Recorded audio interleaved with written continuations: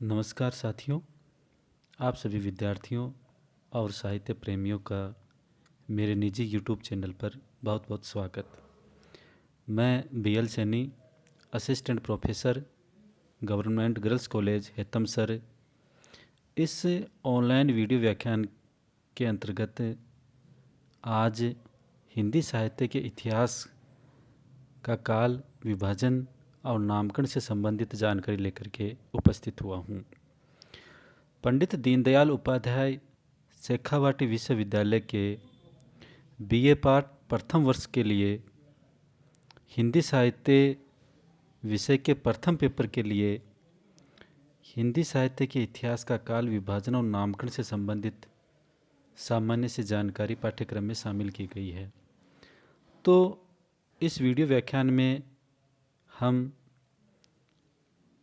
उसी जानकारी को आप लोगों के सामने प्रस्तुत करने का प्रयास करेंगे। आप सभी विद्यार्थियों ने पूर्व भी थोड़ा बहुत इस बिंदु पे अध्ययन किया है कि हिंदी साहित्य का आरंभ कब से हुआ, किन किन नामकरणों से उसका काल विभाजन किया गया है या कितने कालों के अंतर्गत उसको जाना जाता है। हिंदी साहित्य के इतिहास लेखन का वास्तविक सूत्रपात अपन देखें तो 19वीं शताब्दी से माना जाता है। यद्यपि मध्यकाल में कुछ वार्ता साहित्य जैसे कि 84 वैष्णव की वार्ता, 252 वैष्णव की वार्ता, भक्तमाल आदि में अनेक कवियों के व्यक्तित्व एवं कर्तृत्व का परिचय मिलता है, किंतु इतिहास लेखन के लिए जो काल कर्मानुसार वर्णन अपेक्षित होता है उसका नितांत अभाव इन वार्ता ग्रंथों में है। अतः इन्हें साहित्य का इतिहास ग्रंथ नहीं माना जा सकता है। हिंदी साहित्य के इतिहास लेखन की परंपरा का सूत्रपात गारसा द तासी नामक एक फ्रेंच विद्वान के द्वारा शुरू किया गया। 1839 ईस्वी में इस्तवार द ला लिटरेचर हिंदुस्तानी नाम से उन्होंने फ्रेंच भाषा में हिंदी साहित्य का इतिहास लिखने की परंपरा का सन्निवेश किया। इसके पश्चात शिव सिंह सेंगर ने शिव सिंह सरोज नाम से 1883 ईस्वी में करीबन 1000 छोटे बड़े कवियों का जीवन चरित्र, उनकी साहित्यिक कृतियाँ एवं कविता के उदाहरण देते हुए इस ओर दूसरा कदम बढ़ाया। सर जॉर्ज गियर्सन ने 1888 ईस्वी में the modern vernacular literature of Hindustan नामक ग्रंथ का प्रकाशन एशियाटिक सोसाइटी ऑफ बंगाल की पत्रिका के विशेषांक के रूप में करवाया। अनेक विद्वानों ने इसे सही अर्थों में हिंदी साहित्य का प्रथम इतिहास माना है। आगे चल कर के इस दिशा में उल्लेखनीय प्रयास मिस्र बंधुओं के द्वारा किया गया। इन्होंने मिस्र बंधु विनोद नाम से 1913 में हिंदी साहित्य का इतिहास लिखने का प्रयास किया, जिसमें लगभग 5000 कवियों के संबंध में विवरण दिया गया है। आचार्य रामचंद्र शुक्ल जैसे पुरोधा साहित्यकारों ने, इतिहासकार ने भी अपने हिंदी साहित्य के इतिहास में काफ़ी सामग्री इस ग्रंथ से ली है। आगे चल कर के अपन देखते हैं कि हिंदी साहित्य के इतिहासकारों में पंडित रामचंद्र शुक्ल का नाम सर्वोपरि है।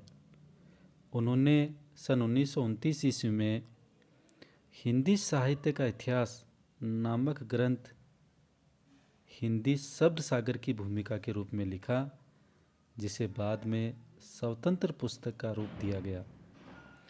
आचार्य शुक्ल ने साहित्य के इतिहास के प्रति एक निश्चित एवं सुस्पष्ट दृष्टिकोण का परिचय दिया है। शुक्ल जी का दूसरा महत्वपूर्ण योगदान काल विभाजन के संबंध में है। मिस्र बंधु जॉर्ज गियर्सन इत्यादि ने इस दिशा में प्रयास अवश्य किया, लेकिन वे सफल नहीं हो सके। आचार्य रामचंद्र शुक्ल ने हिंदी साहित्य के 900 वर्षों के इतिहास को 4 कालों में विभक्त किया। आगे चल कर के और भी बहुत सारे, डॉक्टर राम कुमार वर्मा है, आचार्य हजारी प्रसाद द्विवेदी है, नागरी प्रचारणी सभा काशी के द्वारा भी 16 खंडों में हिंदी साहित्य का वृहद इतिहास लिखने का प्रयास किया गया है। और भी बहुत सारे इतिहासकार अपने अपने साहित्य के इतिहास लिखने की ओर प्रवृत्त होते रहे हैं। तो इस प्रकार अपन देखते हैं कि हिंदी साहित्य के इतिहास का लेखन, उनका काल विभाजन और उनका नामकरण अनेक इतिहासकारों के द्वारा किया गया है। हम इन सब से संबंधित मिले जुले और सर्वप्रमाणिक हिंदी साहित्य के इतिहास का काल विभाजन और नामकरण आप लोगों के सामने प्रस्तुत करने का प्रयास करेंगे। जैसे कि इस समय स्क्रीन में एक चार्ट आप लोगों के सामने प्रस्तुत किया गया है। हिंदी साहित्य का इतिहास अब तक जो सर्वमान्य और सर्वप्रचलित काल विभाजन है वो इस प्रकार है। आचार्य रामचंद्र शुक्ल ने अपने हिंदी साहित्य का इतिहास नामक ग्रंथ में संपूर्ण हिंदी साहित्य के इतिहास को 3 भागों में विभक्त किया: आदि, मध्य और आधुनिक। आदि काल को उन्होंने वीरगाथा काल नाम दिया।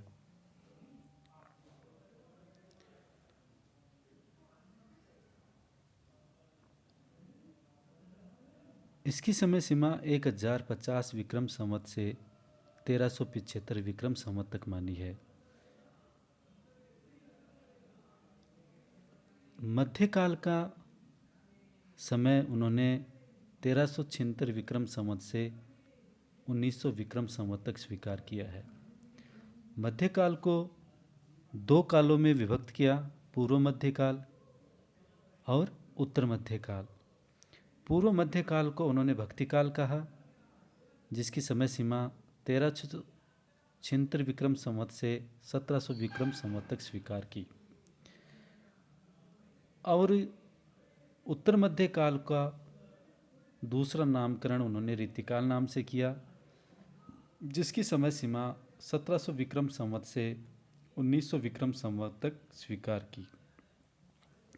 1900 विक्रम संवत के बाद में आधुनिक काल नामकरण उनके द्वारा प्रकट किया गया।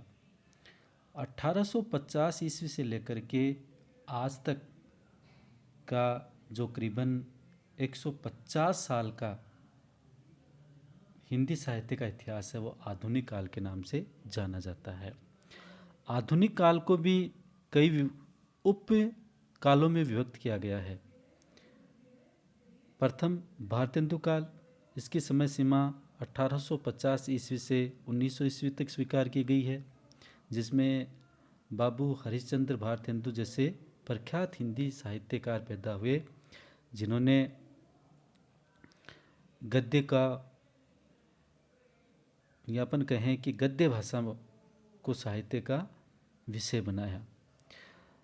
1900 ईस्वी से 1918 ईस्वी तक द्विवेदी काल नाम दिया गया है।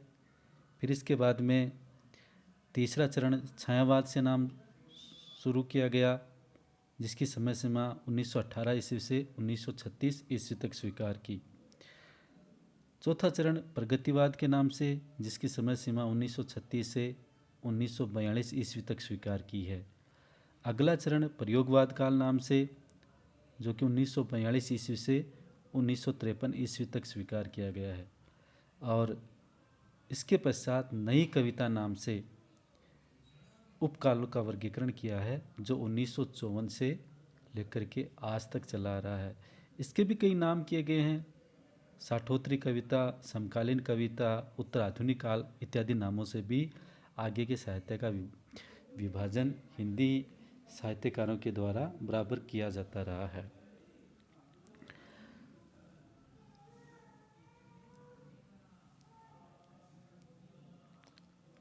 आचार्य रामचंद्र शुक्ल ने हिंदी साहित्य के इतिहास का प्रथम चरण वीरगाथा काल नाम से किया। उनका मानना था कि इस काल में वीरता को आधार बना करके ज़्यादा काव्य का निर्माण हुआ है। मध्यकाल में जो भक्ति काल है,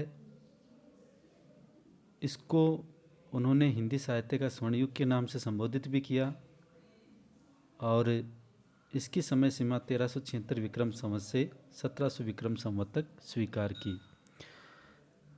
भक्ति काल को दो उपकाव्य धाराओं में भी विभक्त किया गया, निर्गुण काव्य धारा और सगुण काव्य धारा।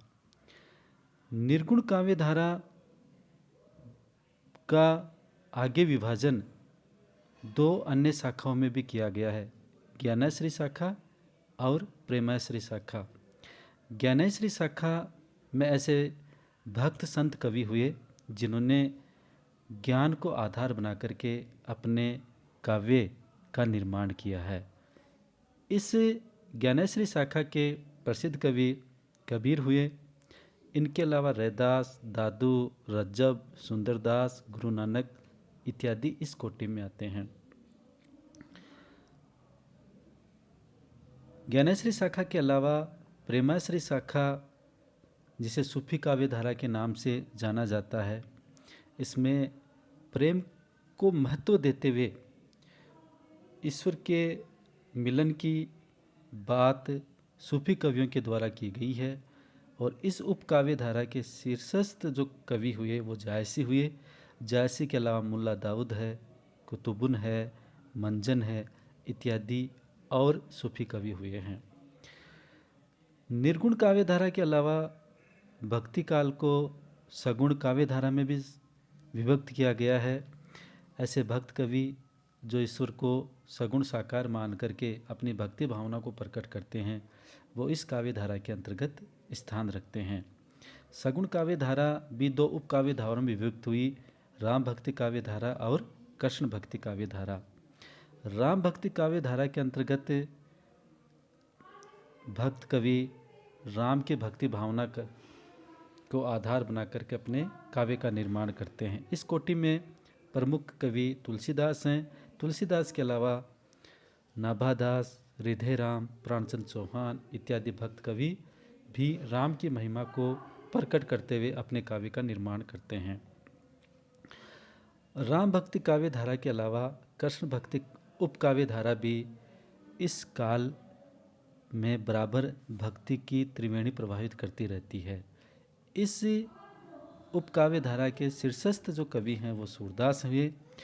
इसके अलावा अन्य अष्ट छाप के कवि और भी कई संप्रदायों से संबंधित कृष्ण भक्त कवियों ने अपने काव्य का निर्माण किया है।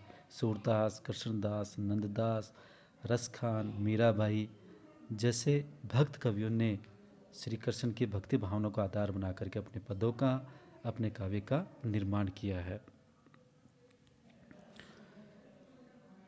मध्यकाल का दूसरा भाग वो उत्तर मध्यकाल, जिसे रीतिकाल का नाम से संबोधित किया गया, वह भी 1700 विक्रम संवत से 1900 विक्रम संवत तक जिसकी समय सीमा मानी गई है।